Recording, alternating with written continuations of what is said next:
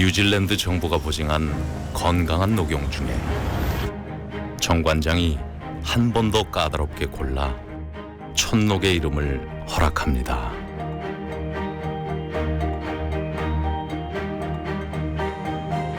이제 녹용에서 촌녹으로 녹용의 원칙을 세우다.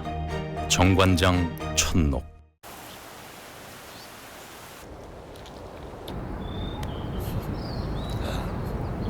작은 숲엔 작은 용기가 있습니다. 우리 강산 푸르게 푸르게 유한 킴벌리. Like a rabbit in headlights,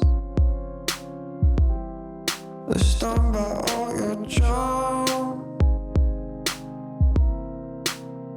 and I feel so damn lucky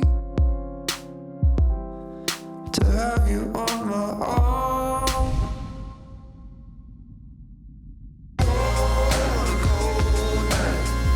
흔들리지 않는 편안함. 시몬스.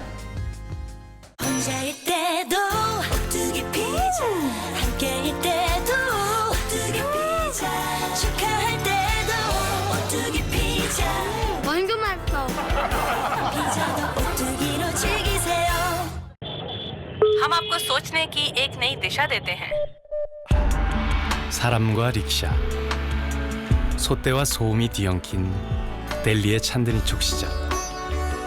누군가는 최고의 볼거리라 말하고 누군가는 한 번이면 충분하다 말한다.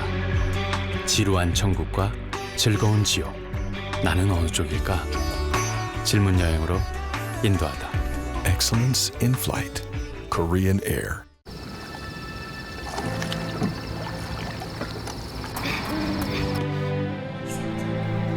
프리미어.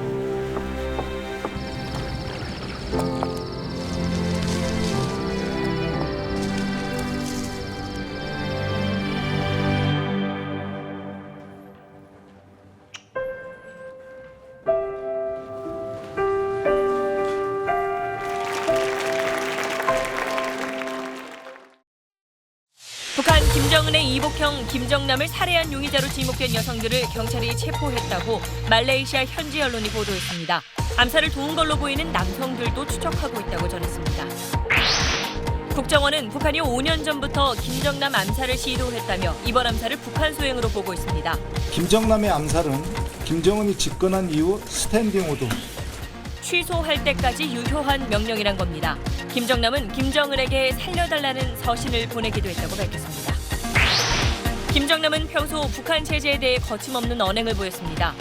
중국이 보호하고 있던 김정남을 누가 왜 지금 암살했는지 짚어봅니다.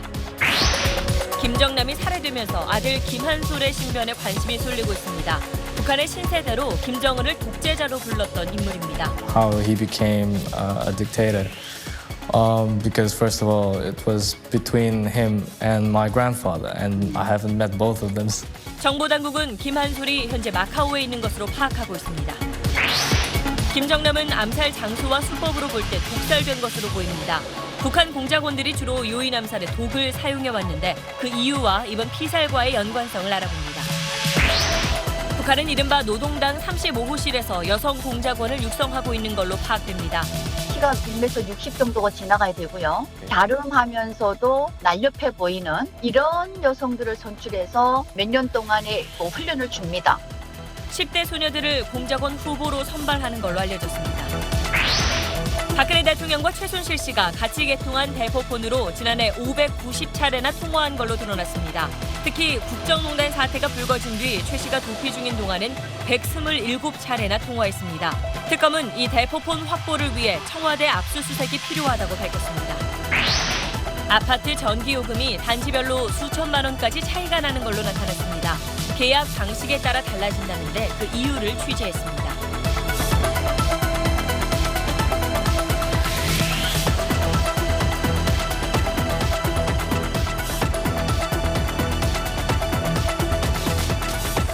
수소, 우주의 75%.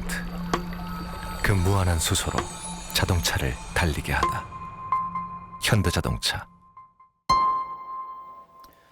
여러분 안녕하십니까. 한편에서는 독재 권력이 핵과 미사일로 세계를 위협하고 다른 한편에서는 독재자 이복형이 공개 장소에서 암살당하는 이런 영화보다 더 극적인 현실 속에 우리가 살고 있다는 사실을 새삼 깨닫게 됩니다.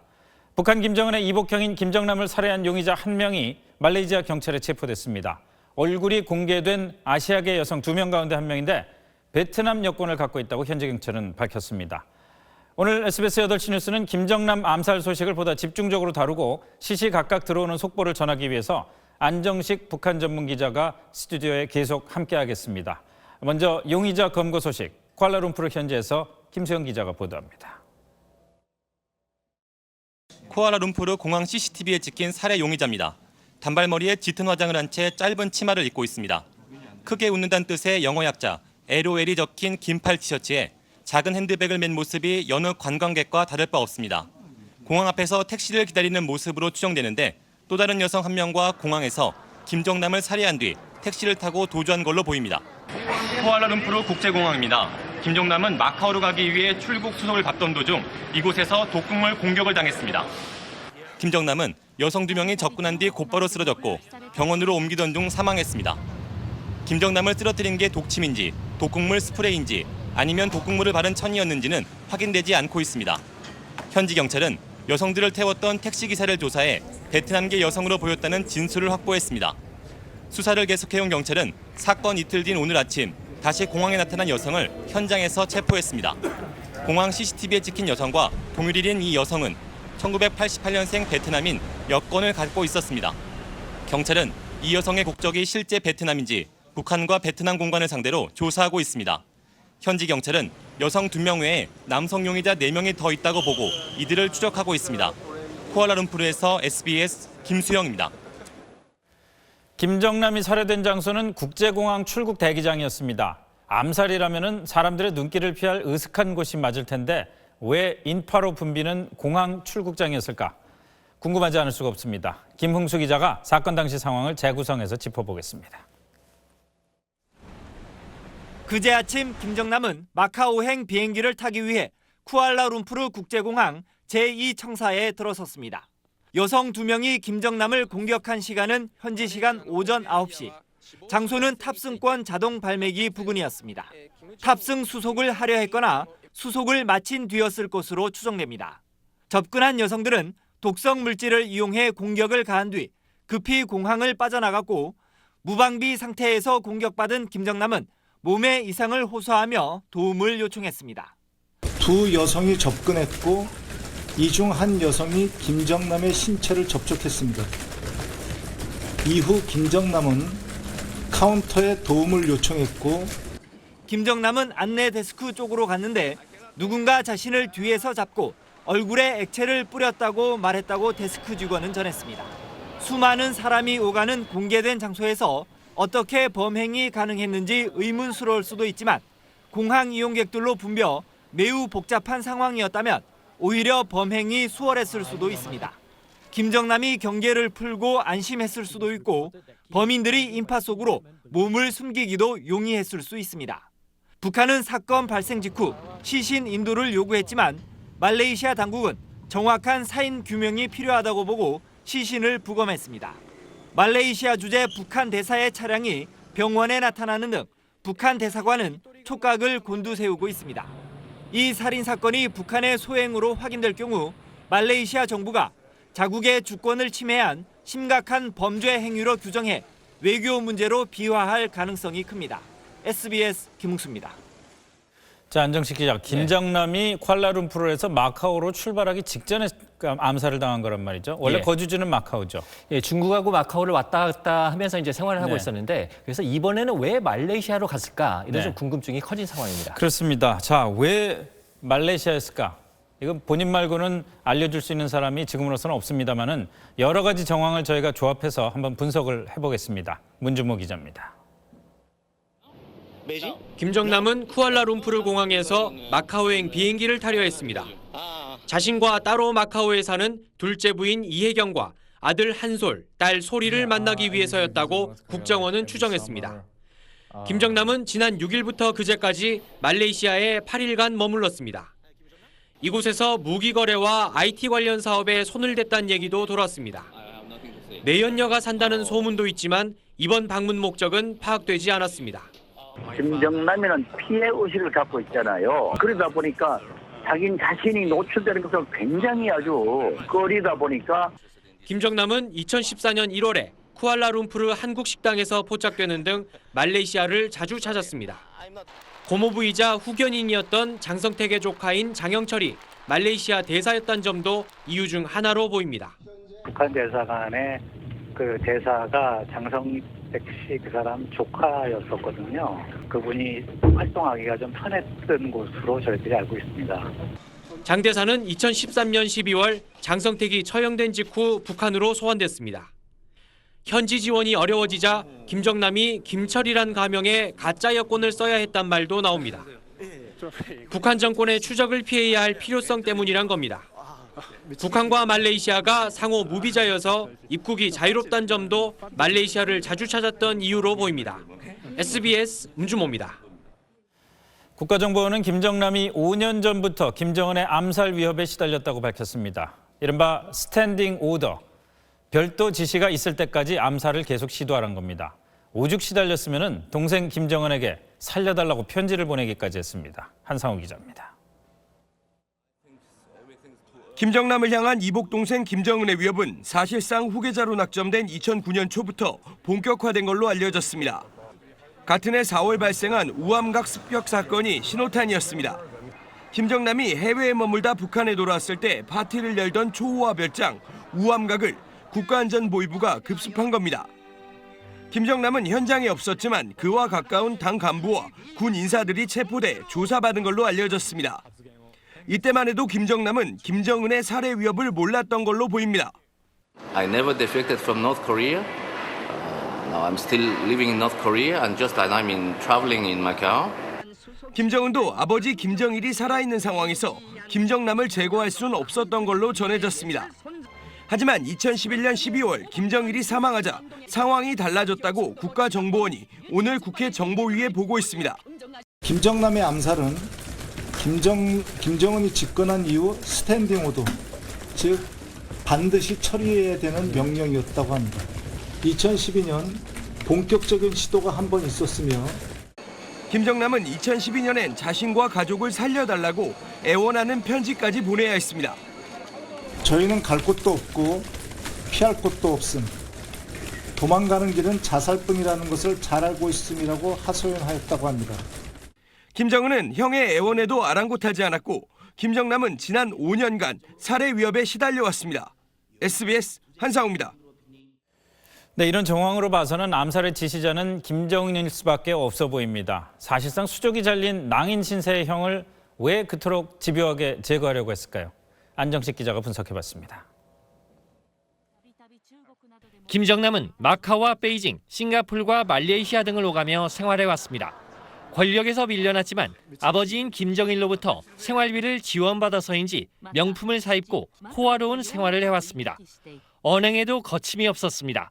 2009년 1월 후계자로 김정은이 결정됐다는 보도가 나오자 너무 이른 보도라고 말하는가 하면 It depends of many things. I think everything's too early to decide.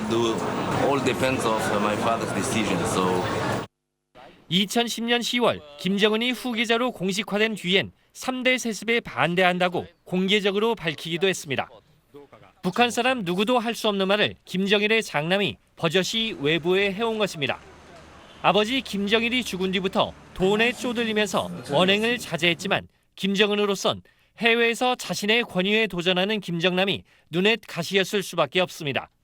중국이 김정남의 신변을 계속 보호해온 것도 김정은에게는 불편했을 것으로 보입니다. 무슨 사태가 생겼을 때 대안카드로서 저 사람을 가지고 있다는 의심을 끊임없이 한 것으로 저희들이 생각을 하고 있고요. 김정남이 권력의 잠재적인 위협이 될 수 있다고 생각했을 것이라는 겁니다. 자, 안정식 기자, 아주 가장 기본적인 것부터 점검을 해봤으면 좋겠습니다. 지금으로서 우리가 정황만 갖고 있는 거기 때문에 김정은이 지시해서 암살이 시행된 게 맞는 걸로 봐야 되나요? 뭐 그 부분은 사실 이제 북한이 발표를 하거나 용의자들이 자백을 하지 않는 한 100% 이제 확인하기는 어렵겠죠. 그렇겠죠. 하지만 지금 이 2017년이라는 시기에 이 독침 또는 독성 스프레이, 독극물로 사람이 죽었다는 건데 네. 일반적인 상황은 아니지 않습니까? 그렇죠. 뭐 조직폭력분의 원한 관계 이런 걸 의심해 볼 수는 있겠는데 그런 걸로 범죄가 일어났다라면 보통 총으로 쏴 죽이거나 네. 칼로 찔러버리지 이게 독침을 쓰지는 않았을 겁니다. 네. 그래서 이 범행 방식으로 보면 그래도 북한을 의심할 수밖에 없지 않나 이런 생각입니다. 자, 그런데 자꾸 계속되는 의문입니다. 이 리포트에서도 나왔지만 이미 권력에서 사실상 배제가 된 사람이란 말이죠. 예. 왜 그렇게 집요하게 제거를 하려고 애를 쓸까요? 지금 사실 김정남이 이 김정은 비판하는 말을 많이 해왔지만 최근엔 좀 조용했거든요. 네. 그래서 왜 진짜 지금일까라는 생각이 드는데 오늘 이제 국정원 보고에서 보면 앞서 리포트에서 잠깐 언급이 됐습니다만 스탠딩 오더다. 그러니까 언젠가는 이행했어야 되는 명령이다라는 건데 그래서 국정원 말로는 지금 암살이 지금 이루어졌다는 게 특별한 의미는 없다라고 설명을 하고 있습니다. 근데 말이죠. 우리가 보통 뭐 언젠가는 이행을 해 이러면 보통은 잘 안 하잖아요. 근데 어쨌든 지금 했단 그렇죠. 말입니다. 예. 그런 걸로 보면 지금 뭘 해야 할 특별한 계기, 즉 네. 고삐를 줘야 할 어떤 계기가 있었던 건 아니냐 이런 추정들이 계속 나오고 있습니다. 지금 암살을 해야 될 만한 계기 우리가 추측을 하자면은 예. 망명 시도설 뭐 이런 게 있지 않습니까? 그렇습니다. 이제 김정남이 망명을 하면 로열 패밀리의 고급 정보를 누설을 하고 네. 김정은을 외국에 가서 계속 욕하고 다니면 곤란하겠죠. 그렇죠. 그래서 그것 때문에 죽이지 않았겠느냐라는 건데 네. 이 부분에 대해서도 이제 오늘 국정원 보고를 보면은 김정남의 망명 시도는 없었다라고 밝히고 있습니다. 그렇다면 역으로 우리 정부가 김정남을 좀 끌어올려고 했던 거 아니냐 이런 생각도 해볼 수가 있는데 네. 이 부분에 대해서 제가 오늘도 이제 예전 정부 고위 당국자들 몇몇 전화해서 뭐 혹시 김정남 망명 추진 시도설에 대해서 아는 게 있느냐 네. 시간 다 지나갔으니까 한번 말을 해봐라 물어보니까 그런 건 들어본 게 없다라는 거예요. 예. 그런 걸 보면 여기서 이제 제가 좀 참고가 될 만한 제 취재 내용을 한번 말씀을 드리면 제가 예전에 모 당국자한테 들었던 말인데 만약에 지금 김정남을 우리나라로 들여오면 네. 무슨 이득이 있겠느냐. 그러니까 경호 문제 때문에 황정엽 비서처럼 안가에 모셔놓고 그렇죠. 고의 이제 경호할 수밖에 꼼짝을 없다는 얘기죠. 못하겠죠. 그렇죠. 근데 차라리 바깥에 있으면 바깥에서 기자들 만나면 비판적인 얘기도 한두 마디씩 한단 네. 말입니다. 그렇다면 우리 입장에서는 그냥 바깥을 놔두는 게 낫지 않겠느냐라는 얘기를 했거든요. 이런 걸로 보면 정부 내에서 김정남 망명을 추진하자라는 얘기가 일부 있었을 수는 있는데 정부가 정책적으로 김정남 망명을 조직적으로 추진한 그런 것 좀 아니지 않을까 이런 생각을 해보게 됩니다. 자, 그렇다면 또 하나 생각할 수 있는 가능성이라는 게 김정남을 중심으로 해서 모반을 뭐 꾸몄을 가능성 뭐 이런 것도 생각해 볼 수는 있겠죠. 네, 그렇습니다. 이 부분도 사실은 오늘 국정원이 이제 보고에서 얘기를 한 게 있는데 국정원 얘기는 북한 내부에서 김정남을 옹립하려는 시도가 없었다. 지지 세력 자체가 없다라고 말을 했습니다. 네. 그럼에도 불구하고 이제 김정은이 최근 공포 통치를 하면서 민심이 많이 이반됐기 때문에 네. 그래도 장자가 있다는데 장자가 되면 좋지 않을까? 이런 생각이 있었을 수가 있겠죠. 그렇죠. 그래서 그런 측면에서 보면 김정은이 화근이 될 수 있는 싹을 애초에 잘라버리자 이런 생각을 했을 수가 있습니다. 네. 그러니까 이제 우리가 조선시대 같은 봉건시대를 보면 적통장자가 왕이 되지 않았을 경우에 왕이 혹시라도 모반의 싹이 될 수 있는 적통장자를 대개는 죽여버리잖아요. 네. 그런 측면에서 김정은이 아예 화근의 싹을 잘라버리자라는 생각에서 이번 지시를 했을 가능성은 있어 보입니다. 아이고, 이게 뭐 조선 왕조까지 비유를 해야 되고 참 복잡해져 갑니다. 잠시 뒤에 또 얘기 나눠보죠. 예.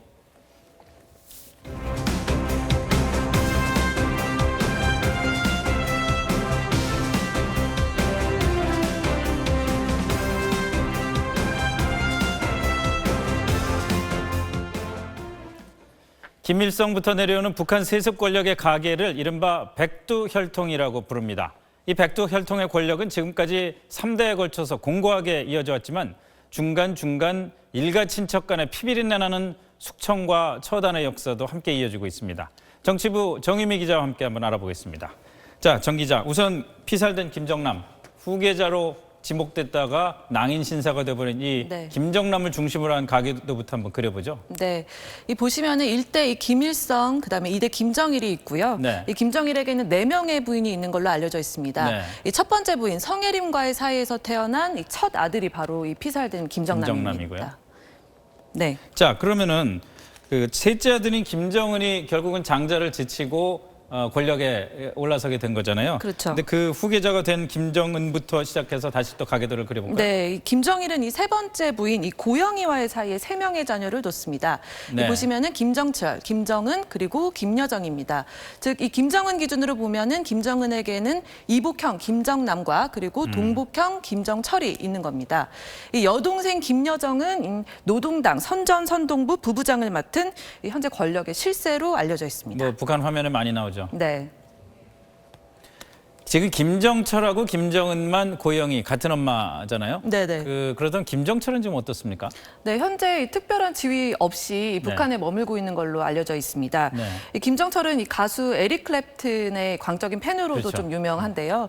이 2015년 그 공연을 보러 런던을 방문을 했고 그때 그 모습이 이렇게 카메라에 포착이 되기도 했습니다. 네. 그리고 그때 이 김정철을 바로 옆에서 수행했던 사람이 저 안경 쓴 태영호 전 공사입니다. 최근에 망명한 사람이죠. 지금 뭐 그냥 지나가는 말입니다만은 김정은이나 김정남하고는 김정철은 굉장히 달라 보이는 그런 네, 인상이에요. 그렇습니다. 네. 자, 피살된 김정남도 처자식이 있잖아요. 마카오에 있다고 그러던데. 맞습니다. 이 김정남에게는 2명의 부인이 있거든요. 네. 이 첫 번째 부인과의 사이에 아들 하나를 뒀고 그들은 이제 베이징에 머물고 있다고 합니다. 그리고 이 두 번째 부인과의 사이에서 각각 아들, 딸을 한 명씩 뒀는데 네. 그 아들이 바로 잘 알려진 김한솔입니다. 그렇죠. 이 김 씨 일가의 장손인 건데 이 아버지가 살해당하면서 매우 위태로운 처지에 놓여 있다 이렇게 말할 수 있겠습니다. 자, 이렇게 이 많은 일가, 저기 보이는 일가들 중에서 김정남 같은 그런 운명을 맡게 될 사람이 또 있을까요? 네, 한 명 더 든다면 이 김정은의 숙부 김평일 이 체코 주재 북한 대사를 들 수 있겠습니다. 이 김정일의 이복 동생인데요. 30년 가까이 유럽에서 대사를 하면서 한 번도 귀국을 하지 못하고 있는데 이번 사건으로 이 김평일의 미래에도 좀 관심이 쏠리고 있습니다. 참 복잡한 가계도입니다. 잘 들었습니다. 네, 보신 것처럼 황태자에서 해외 낭인까지 이 비운의 장자가 살아온 인생은 드라마 같았습니다. 김정남의 삶을 이경원 기자가 정리했습니다. 백두혈통의 장손 김정남에 대한 아버지 김정일의 사랑은 각별했습니다. 25살에 인민군 대장 칭호를 받고 주요 보직을 거치며 후계자 입지를 굳히는 듯했습니다. 김정남의 발목을 잡은 건 자유분방한 그의 성격이 드러난 2001년 일본 미립국 사건이었습니다. 아들과 2명의 여성과 함께 도쿄 디즈니랜드에 간다며 가짜 여권을 사용하다 적발돼 추방당한 겁니다. 어머니 성혜림이 병치료차 러시아에 머물며 김정일과 사이가 멀어진 데다 1996년 이모 성혜랑이 미국에 망명한 것도 김정남의 위상을 흔들었습니다. 김정남은 어느새 외국을 전전하는 신세가 됐습니다. 마카오에서 I'm staying in Mandarin Hotel. I cannot tell you. It's my privacy, man. 베이징에서 드릴 말씀이 없어요. 죄송합니다. 간간히 언론의 모습을 드러냈지만 말을 아꼈습니다. 권력의 무게추는 이복 동생 김정은에게 쏠렸습니다. 2009년 1월부터 들려온 김정은의 후계자 소식에 담담한 모습을 보이고 Your brother become your father's successor? My father appoint my brother as a successor. So it means my father likes him very much. 정치와 선을 긋기도 했습니다. You're not committed with politics. No, I'm not committed with politics. I have nothing to do. 하지만 이복 동생과의 후계 경쟁에서 완전히 밀려난 그는 북한 정권의 숙청 대상이 됐고 결국 이국당에서 최후를 맞았습니다. SBS 이경원입니다. 김정남의 아들 김한솔은 몇 해 전에 서방 언론과 인터뷰에서 김정은을 독재자라고 언급해서 미움을 샀습니다. 지금 아버지가 암살당한 마당에 삼촌의 미움을 산 아들의 신변도 안전하기는 힘들 거라는 분석이 나오고 있습니다. 장선희 기자의 보도입니다. 김한솔은 김정남과 둘째 부인 이혜경과의 사이에서 1995년 평양에서 태어났습니다. 그러나 아버지가 권력 투쟁에 밀리면서 마카오와 중국 등 해외를 떠돌며 자랐습니다. 보스니아의 국제학교, 파리 정치대학에서 공부한 전형적인 신세대로 2012년 핀란드 언론과의 인터뷰에선 김정은을 독재자로 언급해 주목을 받았습니다. I really never met them in real life, so I really don't know how he became a dictator. Because first of all, it was between him and my grandfather, and I haven't met both of them. 통일에 대한 소망과 북한에 대한 비판적 시각도 거침없이 드러냈습니다. I also dream of unification. I've always dreamed that one day I will go back and make things better and make it easier for the people there. 이 때문에 김정은에겐 아버지 김정남 못지않게 미운 털이 박혔을 가능성이 높습니다. 김한솔은 지난해 파리에서 대학을 마친 뒤 마카오로 돌아가 어머니와 함께 살아왔지만 최근 행적은 전혀 알려진 게 없습니다. 실제로 김한솔을 보신 적 있으십니까? 아니요, 없는데요. 여기 있는 거 가르쳐주면 시키는 거야, 누가. 마카오의 김정남 가족은 그동안 중국 측의 보호를 받아왔는데 갑작스럽게 김정남이 피살되면서 이들은 안전한지 관심이 쏠리고 있습니다. SBS 장선입니다. 아까 보신 백주혈통 가계도에서 적지 않은 인물들이 암살과 처형으로 죽임을 당했습니다. 정권 유지에 위험이 된다면 가차없이 제거하는 게 백주혈통의 또 다른 전통입니다. 류란 기자입니다. 1981년 촬영된 김정일의 가족 사진입니다. 옆에 아이가 장자 김정남, 뒤에 선 여인은 정남의 이모인 성혜랑, 김정일 첫째 부인인 성혜림의 언니이고 성혜랑의 옆에 선 남매 중 아들이 이한영입니다. 정남과는 이종 사촌지간인 이한영은 1982년 남한으로 귀순한 뒤 저서 대동강 로열 패밀리 등을 통해 김정일의 사생활을 폭로했습니다. 김정일 관저죠. 관저 그 궁전 안에 궁전이라고 뭐 표현할게요. 그 안에 이 남선 TV가 나와요. 물론 김정일이라든가 이모라든가 또는 정남이라든가 이렇게 볼 수가 있는 것이죠. 같이 묻어서 이제 같이 보는 거죠. 정남이가 볼 때. 1997년 황장엽 노동당 비서의 망명 직후 이한영은 분당 집까지 찾아온 북한 공작원에게 권총으로 살해됐습니다. 친인척 살해는 대를 이었습니다. 김정은은 어린 자신의 집권 기반을 다지는데 결정적 도움을 준 고모부 장성택을 집권 2년 만에 반역죄로 몰아 처형했습니다. 제놈이 있던 부서를 그 누구도 다치지 못하는 소왕국으로 만들어 놓았다. 불평불만을 가진 자들을 체계적으로 자기주의에 규합하고는 그 위에 신성불가침의 존재로 군림하였다. 김일성의 동생 김영주나 김정일의 이복 동생 김병일이 은둔이나 해외로 쫓겨난 것에 비해서 김정은의 숙청의 행태는 매우 무자비하다. 김 씨 일가의 유일 지배 체제에 걸림돌이 된다면 아무리 가까운 친인척이라도 흉포한 공포 정치의 칼날을 피하지 못했습니다. SBS 유란입니다. 강성산 전 북한 총리 집안의 사위였다가 탈북한 강명도 교수를 스튜디오에 초청했습니다. 강 교수 그리고 안정식 기자와 함께 이번 사건과 관련한 더 깊은 얘기 잠시 뒤에 나눠보겠습니다. 북한 공작원이 요인 암살에 주로 사용하는 독총과 독침입니다. 청산가리보다 독성이 5배 더 강한 치명적인 독약 브롬화 네오스티그민이 들어있는데 이번에도 이런 독을 이용한 무기에 김정남이 살해됐을 가능성이 커 보입니다. 북한은 고전적인 독극물 암살 수법을 선호해왔습니다. 그 이유 이성훈 기자가 취재했습니다. 손전등 모양의 독총을 발사하자 탄환이 순식간에 4mm 두께의 합판을 뚫어버립니다. 볼펜 윗부분을 돌리자 끝에 뾰족한 침이 튀어나오는데 바로 독침입니다. 지난 2011년 국내에서 검거된 간첩이 갖고 있던 암살용 무기들입니다. 탄환과 독침 안에는 치명적인 독약이 들어있는데 북한은 브로마 네오스티그민이라는 성분을 사용해왔습니다. 신경을 마비시켜버려서 숨을 못 쉬게 한다든지 심장마비를 유도한다든지 이렇게 해는 거죠. 탈북자 출신으로 대북전단 살포 활동을 벌여온 박상학 씨도 2011년 간첩의 독침에 살해될 뻔했습니다. 두려운 감정 안 들었다는 건 거짓말이에요. 지성인들이 쓰는 볼펜 가지고 사람을 죽인다니. 독극물 공격은 소지가 간편하고 사용 방법도 간단해 요인 암살에 많이 사용되어 온 고전적인 수법입니다. 가장 이제 비밀스럽고 신속하게 사람 죽이고 소리도 안 나고 누구 한지도 모르고 총보다도 더 먼저 죽어버리니까. 전문가들은 스프레이형 독극물보다는 독침이나 독총을 사용하는 게 일반적인 수법이라고 얘기합니다.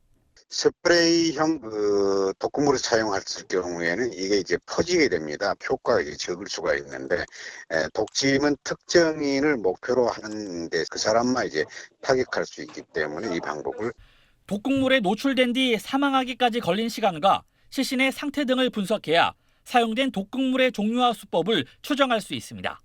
SBS 이성훈입니다. 영화 쉬리의 한 장면입니다. 테러 목적으로 난파된 북한 여성 공작원을 소재로 다뤘죠. 실제로 여러 사건에 북한의 여성 공작원들이 등장했고 지난 1987년 대한항공 여객기를 폭파한 김현희 씨가 대표적입니다. 이번 김정남 피살 사건 용의자로도 여성 2명이 지목되면서 10대 소녀 때부터 시작되는 북한 여성 공작원 육성에 관심이 쏠리고 있습니다. 보도에 이강 기자입니다. 북한 내 여성공작원 육성기관은 대외정보조사부로 노동당 35호실로 불립니다. 노동당 중앙청사의 3층 5호실을 사용해서 붙여진 별칭입니다. 이 35호실에서 10대 후반 소녀들이 혹독한 훈련을 거쳐 공작원으로 선발됩니다. 주로 해외에서 공작 활동을 하는 만큼 선발 기준은 까다롭습니다. 출신 성분이 좋아야 하고 외국어 구사 실력은 물론 외모까지 따지는 것으로 전해졌습니다. 키가 1m 60 정도가 지나가야 되고요. 갸름하면서도 날렵해 보이는 이런 여성들을 선출해서 몇 년 동안의 훈련을 줍니다. 선발된 소녀들은 남성과 똑같이 암살과 납치, 폭파 훈련을 거쳐 살인 병기로 길러집니다. 심지어 무인도에서 무술과 무기 사용법을 배우고 극한 생존 훈련도 거친다는 소문이 북한 주민 사이에서 무성합니다. 1988년 서울올림픽을 앞두고 대한항공 여객기를 폭파한 김현희가 대표적인 35호실 출신 공작원입니다. 그 자리에서 즉사하도록 만들어진 공작 장비입니다. 지난 2008년 국군 장교들과 내연 관계를 맺고 군사기밀을 빼냈던 간첩 원정화도 10대 시절부터 혹독한 훈련을 받은 여성 공작원이라고 증언한 바 있습니다. SBS 이강입니다. 김정남 피살 소식에 중국은 매우 조심스러운 반응을 보이면서 예의주시하고 있습니다. 만약의 사태에 대비해 중국 단둥 북중 접경 지역엔 경비가 대폭 강화됐습니다. 단둥 현지에서 임상범 특파원이 취재했습니다. 김정일의 75번째 생일인 광명성절을 하루 앞두고 단둥역과 세관에는 북한 사람들이 부쩍 늘었습니다. 내일 축하 행사에 쓸 과일이며 장식물들이 눈에 띕니다. 김정남 피살 소식을 들었냐고 묻자 심드렁한 답변이 돌아옵니다. 그건 몰라요. 이제 그런 소리는 없어요. 왜 상급에서 거기까지 어디까지는 안 나와요. 하지만 단둥 시내 분위기는 잔뜩 얼어붙었습니다. 대낮에도 검문을 하고 압록강을 감시하는 경비정도 바빠졌습니다. 북한 신의주로 바로 연결되는 압록강 철교 앞에는 보시는 것처럼 이렇게 중무장한 무장경찰 차량이 배치되는 등 평소와는 사뭇 다른 긴장감이 감돌고 있습니다. 어젯밤부터 오늘 새벽 사이 동북 삼성 일대 북중 국경엔 1000명이 넘는 경비 인력이 증파되면서 중국인들도 불안해하고 있습니다. 我最担心的哈，咱们就是中朝两个关系，我还担心一个什么呢？他们就是对周边的亲戚呢就挺残忍的，我也担心这，挺害怕的。 중국 정부는 북한을 자극하지 않으려는 듯 매우 신중한 반응을 보이고 있습니다. 中方也注意到了有关媒体的报道，我们目前也正在密切关注事态的发展。 현재 베이징에는 김정남의 첫째 부인인 신정희와 아들 금솔이 중국 당국의 보호하에 머물고 있다고 국가정보원이 밝혔습니다. 단둥에서 SBS 임상범입니다. SBS 취재진이 김정남과 수년간 연락을 이어온 일본 언론인을 만났습니다. 김정남이 김정은 위원장의 핵과 미사일 개발에 대해 비판적인 생각을 가졌던 것 같다고 말했습니다. 도쿄에서 최호원 특파원입니다. SBS 도쿄지국을 찾은 고미 유지 도쿄신문 해설위원. 김정남과 나는 이메일 150여 통과 2차례의 인터뷰를 바탕으로 2012년 아버지 김정일과 나라는 책을 출간했습니다. 그는 김정남이 북한의 체제에 대해 특히 김정일 위원장의 핵, 미사일 개발 정책에 비판적이었다고 말했습니다. 住民を豊かに暮らせるようにするのが指導者の役目だし、核やミサイルの開発に全力を挙げて住民生活を二の次にしている批判的危機意識、そういうものを持ってたんじゃないかと思いますね。 프랑스에서 공부하던 아들 한솔군이 대학을 졸업한 뒤엔 이런 생각을 드러낼 뜻도 내비쳤다고 말했습니다. 교育にはすごく気を使ってるっていうようなことを言ってましたね。お父さんと息子の考え方は一緒だった。彼の身の安全もちょっと心配になりますよね。 또 김정남이 한국인들과도 꾸준히 교류해왔다며 자신이 직접 한국에 갈 생각은 없냐고 물어본 적도 있다고 말했습니다. 韓国へのその亡命を考えますかって考えたことありますか。本人は笑ってましたね。自分はやっぱり北朝鮮の人間として生きていって、それで北朝鮮をなんかいい方に持っていきたい。 고미 씨는 그동안 김정남이 유럽 인사들에게 동남아 투자처를 연결해주는 사업을 해왔다며 김정은 위원장과 권력 투쟁을 할 생각은 전혀 없었다고 말했습니다. 도쿄에서 SBS 최호원입니다. 네, 예고해드린 대로 이 자리에 강성산 전 북한 총리 집안의 사위였다가 탈북한 강명도 경기대 북한학과 교수 모셨습니다. 안녕하십니까? 네, 안녕하십니까? 자, 이번 사건이 북한의 소행이 맞다면 그럼 결국은 김정은의 지시 말고는 이런 일을 할 수가 없겠죠. 그렇죠. 만약시 북한의 소행이 맞다면 네. 감히 북한에서 김정일의 장남 아닙니까? 아무리 네. 북한에서 추방됐다고 하지만 김정일의 장남, 마다들에게 그러니까요. 총뿌리를 겨눌 수 있는 사람은 김정일이밖에 없는 거죠. 네. 안정식 기자에게 우선 또 한번 물어보겠습니다. 우리 군이 오늘 소식 들어보니까 이번 사건을 대북 확성기를 통해서 북한에 알리겠다 이렇게 얘기를 하더라고요. 예, 그렇습니다. 휴전선에 설치되어 있는 대북 확성기를 통해서 김정남이 암살됐다는 소식을 북한에 알리겠다. 그러면 네. 확성기가 보통 한 몇 킬로 정도 들리니까 그 몇 킬로 권역에 있는 북한 주민과 군인들한테 이제 군인들이 이 내용을 들을 텐데 김정은 정권의 잔혹성을 알리겠다라는 방침이라고 합니다. 네. 자, 강 교수님, 북한에 계실 때 예를 들어서 대북 확성기와 관련된 얘기를 들으신 거나 그런 적 있으십니까? 대북 확성기에 대한 이야기는 들었지만 네. 실질적으로 북한에 있는 이 안쪽에 있는 사람들, 전선 지방에 있는 군인 가족들이나 그 병사들 외에는 네. 확성기를 들을 수 있는 그 사람이 많지 않습니다. 그런데 중요한 것은 네. 누가 많이 듣냐면 최전방에 나와 있는 군인 장교들과 최전방에 나와 있는 병사들이기 때문에 그 가족들하고요. 그러면 그 사람들이 입을 통해서 북한으로 전파는 되지만 대체적으로 확성기 내용이 무엇인지는 그렇게 쉽게 전파되지는 않는 거죠. 근데 지금 그러니까 이렇게 대북 확성기를 통해서 김정남의 암살이라는 사실을 알린다면은 거기 듣는 군인들이 김정남의 존재가 누구고 이게 얼마나 심각한 상황이고 이런 걸 알 수는 있을까요? 일반 주민들이나 일반 병사들은 김정남에 대해서 관심도 없고요. 네. 앞으로 자기네 지금 당장 살아가는 먹고 사는 문제에 관심이 깊은 거지 네. 김정남이가 죽든 말든 상관이 안 합니다. 대체로 상관을 안 하고요. 근데 단지 무슨 일이 있었냐면 장성택 처형 사건이 있지 않았습니까? 네. 그때 이것을 공개했기 때문에 북한 전체 주민들이 다 봤습니다. 그리고 모든 사람들이 각기각중 그 군중들과 담화를 통해 가지고 정당성을 선전하기 위해서 동원시키지 않았습니까? 군중을 예. 동원시켰는데 이것이 욕작용이 돼가지고 어떻게 자기 고모부까지 저렇게 죽이냐 하는 예. 거기에 대한 회의감을 느꼈던 국민들이 있는데 이번에 또 이런 확성기를 통해 가지고 김정남이 자기 이복 형을 독극물로 죽였단다면 이거야말로 비인간적인 정말 페리나가 아닌가 하는 그런 김정은에 대한 회의감을 가질 수가 있는 거죠. 아, 그렇군요. 네. 그리고 말이죠. 오늘 바른정당의 하태경 의원이 바로 지금 이 순간 이 시점에 우리나라 안에도 탈북자들을 타겟으로 한 암살하려는 그런 간첩이나 그런 사람들이 들어와 있다 이렇게 얘기를 했거든요. 어떻게 생각하십니까? 좀 맞다고 생각합니다. 왜냐하면 그렇습니까? 최근에 국정원에서 발표한 탈북 위장으로 해가지고 암살자로 들어왔던 사람들이 한 10명 정도가 있고 지금 교도소 감옥에서 지금 교도소에서 생활을 하고 있기 예. 때문에 실제 경찰청국의 대위와 상위가 장교가 특수임무를 받고 황장희 씨를 암살하기 위해서 위장 탈북으로 탈북자로 가장해가지고 들어와서 신문 저서에서 들켜가지고 그것이 이제 발각이 돼가지고 교도소에 간 게 있거든요. 네. 또 이제 탈북자를 다시 재교육을 시켜가지고 독침을 줘가지고 탈북자를 암살하라고 시켰던 사람도 지금 감옥에 가 있고요. 네. 이런 것을 봤을 때 없다고 보기는 단정 짓기 힘들다고 보입니다. 직접 위협을 느끼시거나 그래 보신 적은 저한테는 없습니까? 아직까지 직접적인 위협은 오지 않았지만 직접적인 위협을 받았던 사람들이 탈북자들이 활동하는 탈북자 중에 상당히 많다는 거죠. 활동이라는 거는 대외 활동, 반북 활동 이런 그렇죠. 거 말씀하시는 유엔 인권 문제, 예. 북한의 인권 문제에 대해서 중언한다든가 예. 또 그다음에 이제 풍선을 날린다든가 또 자유북한을 위한 활동을 하는 이런 대표들, 단체 대표들한테 이제 협박 편지를 보내거나 칼을 보낸다든지 죽은 비둘기를 이런 사실은 상당히 많이 있었습니다. 아, 그렇군요. 알겠습니다. 안 기자. 네.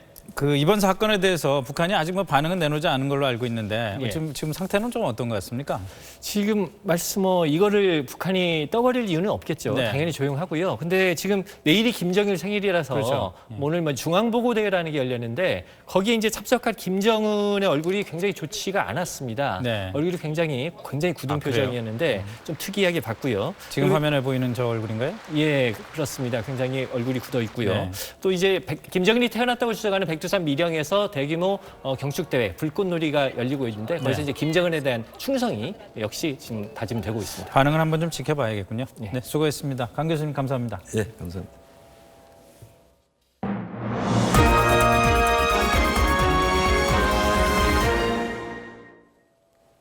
최순실 국정농단 사건 소식입니다. 박근혜 대통령과 최순실 씨가 이른바 대포폰으로 지난해 수백 차례 통화한 정황이 드러났습니다. 6개월 남짓한 기간 570회, 하루에도 여러 차례 통화한 기록이 나왔다는 건데 특검이 청와대 압수수색을 꼭 해야 하는 근거로 내놓은 내용입니다. 윤나라 기자의 보도입니다. 특검이 행정법원에서 밝힌 박근혜 대통령과 최순실 씨 사이의 통화 기록은 지난해 4월부터 10월까지 570여 차례입니다. 하루 평균 3차례에 달합니다. 윤전추 전 행정관이 구한 2대의 차명 전화를 나눠 갖고 통화했다는 게 특검의 조사 결과입니다. 국정농단이 불거져 최 씨가 독일로 도피한 9월 3일 이후에도 127차례의 통화가 이루어졌고 최 씨의 국정농단을 몰랐다던 박 대통령의 1차 대국민 사과 다음 날도 통화가 있었다고 특검은 밝혔습니다. 최 씨가 독일에서 귀국한 것도 박 대통령이 전화로 권유했기 때문으로 알려졌습니다.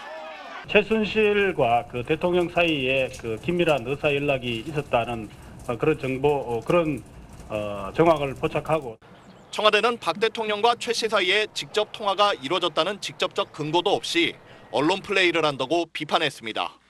특검은 이에 대해 휴대전화 위치 추적 등을 통해 두 사람이 통화한 정황을 확인했다고 설명했습니다.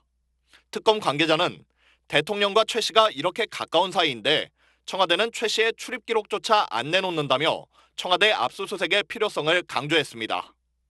특검이 청와대의 압수수색 불승인 처분을 취소해달라며 법원에 제기한 집행정지 신청의 결과는 이르면 내일 나올 전망입니다. SBS 윤나라입니다.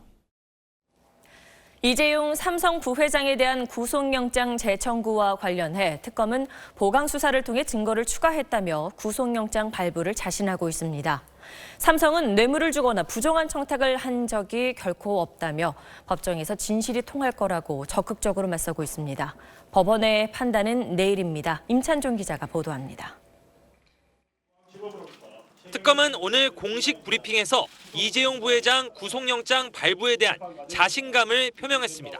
법원의 영장 심사 기준과는 기준을 고려하더라도 충분히 저희들이 재청구할 이유가 있다고 판단하고 있습니다.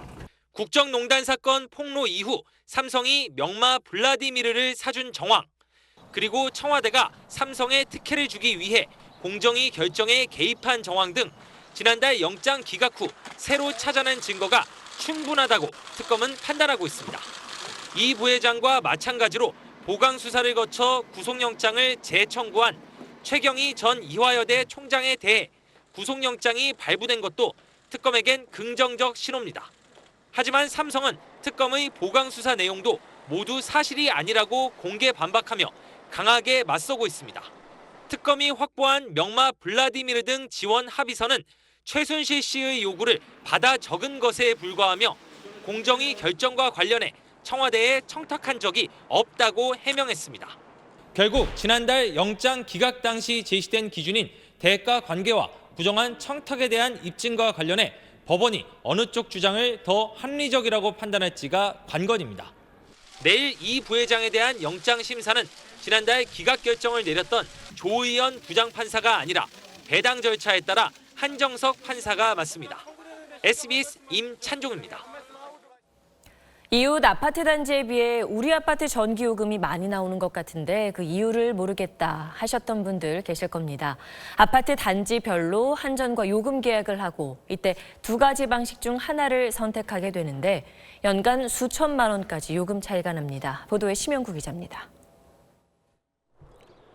600세대로 구성된 서울의 아파트 단지입니다. 지난 1년 동안 주민들이 납부한 전기요금은 모두 5억 3천만 원입니다. 각 가정의 사용량과 승강기나 관리실 등 공용시설 사용량을 합한 금액입니다. 공동전기가 세대, 개인세대 전부 분할이 돼야 되니까 합쳐서 우리가 계산하죠. 하지만 이 아파트의 경우 한전과 맺은 전기 사용 계약 방식을 바꾸면 요금이 3천만 원 줄어드는 것으로 조사됐습니다. 아파트 전기요금 계약은 두 가지 방식입니다. 한전이 세대별로 직접 요금을 부과하는 종합계약은 공용시설 요금은 싼 대신 세대별 요금은 높은 편입니다. 반면 단일계약은 각 세대와 공용에 같은 요금을 적용하지만 관리사무소와 요금 정산을 하는 번거로움이 따릅니다. 전국 아파트의 23%가 요금 납부의 편의성 등을 이유로 종합계약을 채택하고 있습니다. 차이가 별로 없기 때문에 현재 종합계약 시스템으로 그대로 하고 있습니다. 소비자원 조사 결과 종합계약을 한 아파트 31곳 가운데 17곳은 단일계약으로 바꾸면 요금이 줄어드는 것으로 나타났습니다. 소비자원은 통상 공용전기 사용량이 전체의 25% 이하인 아파트는 단일계약이 경제적이라고 밝혔습니다. SBS 심영구입니다. 이재명 성남시장이 SBS 대선주자 국민면접에 출연해 당선되면 노동부 장관의 한상균 민주노총 위원장을 임명하고 싶다고 밝혔습니다. 노동자 권리 보호를 위해선 노동운동가 출신이 적격이라고 설명했습니다. 보도에 정영태 기자입니다. 이재명 시장은 대통령에 당선된다면 가장 중요한 내각 인선으로 노동부 장관을 꼽았습니다. 사용자 편에 서온 노동부를 뜯어고치려면 노동자 출신 장관이 필요하다고 말했습니다. 노동자들에 대해서 애정 있는 사람을 하고 싶은데 한상균 민주노총 위원장을 사면시켜서 노동부 장관을 시켰습니다. 한 위원장은 2015년 민중총궐기 집회에서 폭력 시위를 주도한 혐의로 복역 중입니다. 국민 기본소득 도입을 비롯한 복지 공약 재원은 대기업과 고소득자 세금을 늘려 충당할 수 있다고 설명했습니다. 그렇게 하는 것으로 한 15조 원 정도 생기고 연 10억 이상 버는 6천 명밖에 안 되는 사람들한테 12% 정도 증세를 하면 거기서 2조 4천억 정도가 생겨납니다. 소년공으로 일했던 시절은 부정부패와 싸우는 원동력이 됐다고 말했습니다. 제가 이게 팔이 휘어져서 장애인입니다. 보이네요. 보이죠. 이게 요거까지밖에 안 움직이는. 이 프레스에 눌려서 성장판 손상을 입었고. 말이 거칠다는 지적은 적극 반박했습니다. 사람들은 저를 트럼프하고 비교하는 경향이 있는데 해서는 안 될 불합리한 주장 한 일이 없어요. 오늘 밤에는 국민 면접 네 번째로 안철수 전 대표 편이 방송됩니다. SBS 정영태입니다. SBS를 비롯한 지상파 방송사의 초고화질 UHD 본방송 시작이 5월 31일로 확정됐습니다. 방송통신위원회는 오늘 지상파 방송 3사의 UHD 본방송 연기 요청에 대해 논의한 뒤 본방송 일정을 당초 이번 달에서 5월 31일로 연기하기로 했습니다. 방송 3사는 오는 28일부터 시험 방송을 시작해 본방송 전까지 기술적인 문제들을 점검할 예정입니다.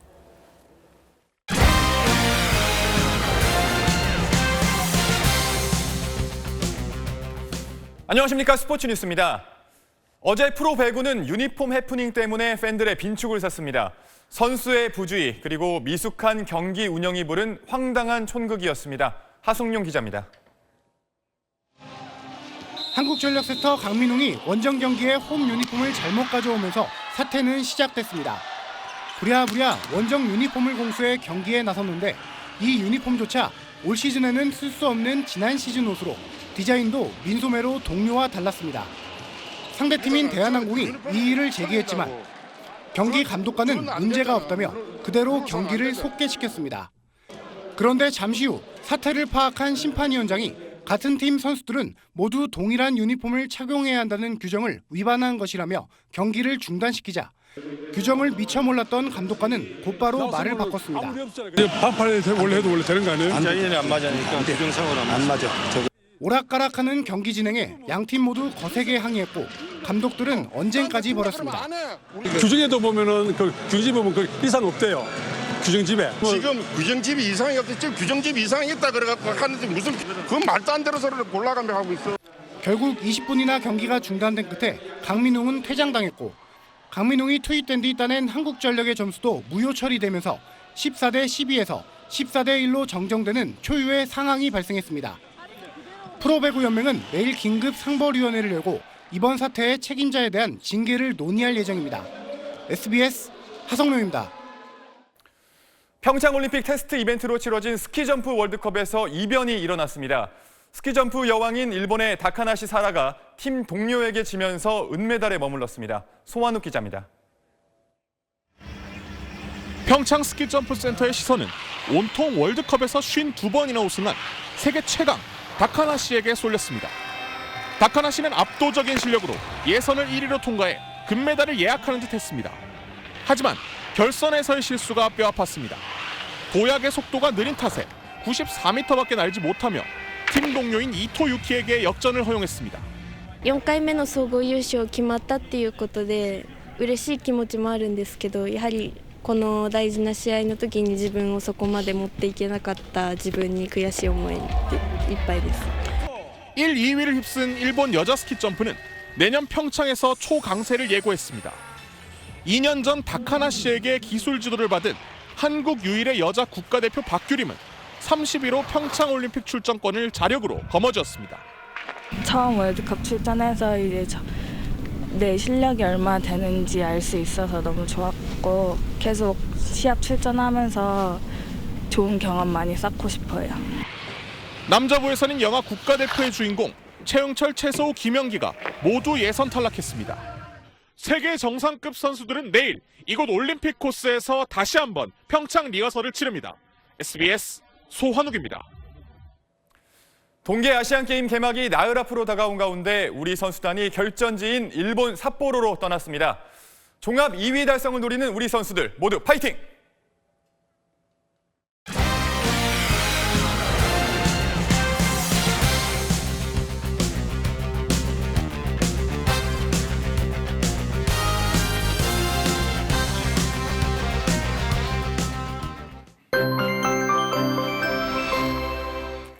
봄이 오려는 것처럼 오늘 꽤 포근하게 느껴지셨죠? 내일은 오늘보다 기온이 더 오르겠습니다. 서울의 낮 기온은 11도, 대구 15도까지 올라 초봄 같은 하루가 되겠습니다.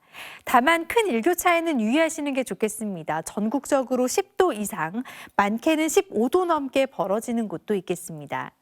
내일 밤 전국에 한 차례 비가 오겠습니다. 중서부 지방부터 비가 내리기 시작해 밤사이에는 전국으로 확대되겠는데요. 양은 5에서 10mm 정도 되겠고요. 강원 산간지방은 비와 눈이 섞여 내리는 곳도 있겠습니다.